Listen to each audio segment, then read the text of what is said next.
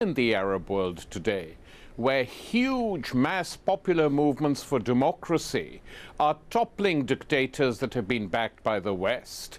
The argument that Israel is the only democracy in the Middle East is proving to be total and complete nonsense. The argument that the Arab people are not interested in democracy, that Muslims are genetically incapable of liking democracy because of their religion, is shown to be the complete nonsense and gibberish that it was when the neocons were spouting it. And it's the same gibberish when the Israelis spout it. I mean, the Israeli press and media was the most staunch supporters of Mubarak, put enormous pressure on Obama not to allow Mubarak to be removed, but there was nothing any American president could have done. So gradually, what the Arab people are doing is exposing Israeli pretensions in the region. The Israelis used to say to Washington, "We'll be your base forever, for eternity,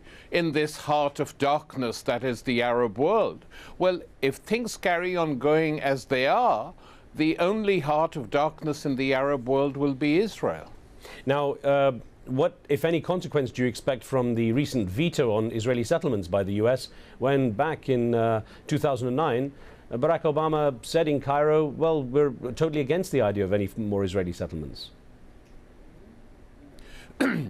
Nothing much is going to change on that, Riz. You know, they say one thing one day, another thing the other day. Essentially, what the Israelis have done is given token support to American advice, which is weak, as we know, in any case, and carried on disregarding any real instructions they may or may not be getting from Washington. And the number of settlements that have been built and are still being built on the West Bank and in the occupied territories makes the idea of a two-state solution laughable, a farce. It's not going to happen because it can't happen. It can't happen physically because of what the Israelis have been up to. So the Israeli leadership may not like to hear this, but essentially what they have done is made a single state in Israel-Palestine inevitable over the next decades. It's a shame. It seems like there was a critical juncture here, an opportunity for the US to send the right kind of message to the Arab and Muslim world about the issue of the settlements, to show perhaps a little more solidarity with what's happening in the Middle East. I don't think they're capable of that. For some reason, they regard at the moment Israeli and American interests in the region as exactly one and the same. And that certainly helps and suits the Israelis, but it is now very damaging to any American administration that rules, because the argument which they've used till now is that the Arab world is led by dictators and unrepresentative kings, and we have to deal with the people we see. Well, the Arab people are now demanding democracy in Bahrain as well as in Egypt and Algeria and the Yemen. And who is denying them this? The people who are denying them this are the militaries.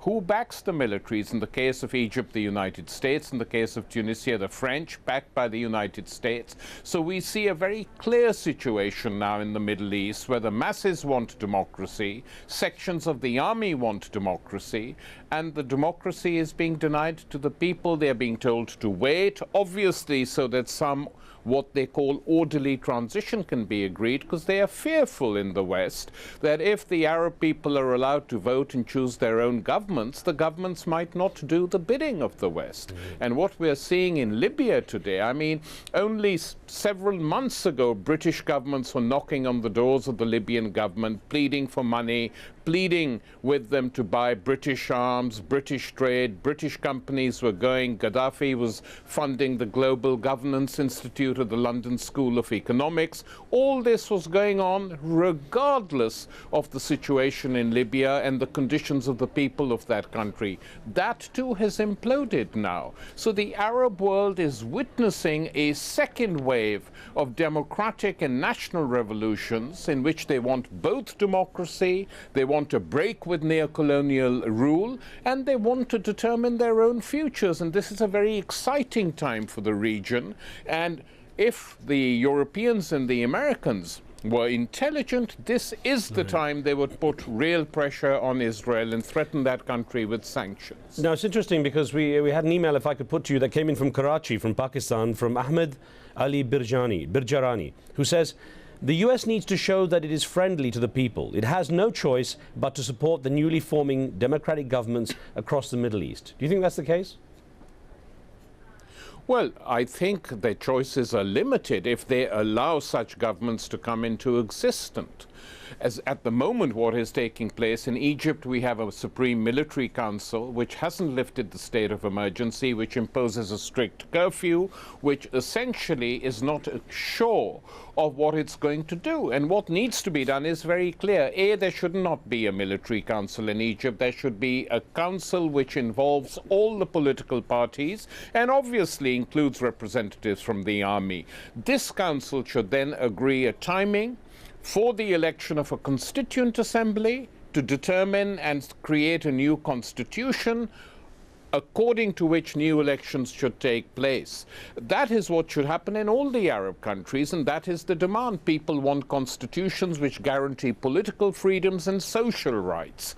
And that is what they have been fighting for, and any attempt to resist them will result in further upheavals. Well, another email we had that came from Bangladesh, from Masihul Haq Chowdhury, who says, from Dhaka, says, the US and its allies can play an important role in the region if they interpret the sentiments of the revolutionary masses.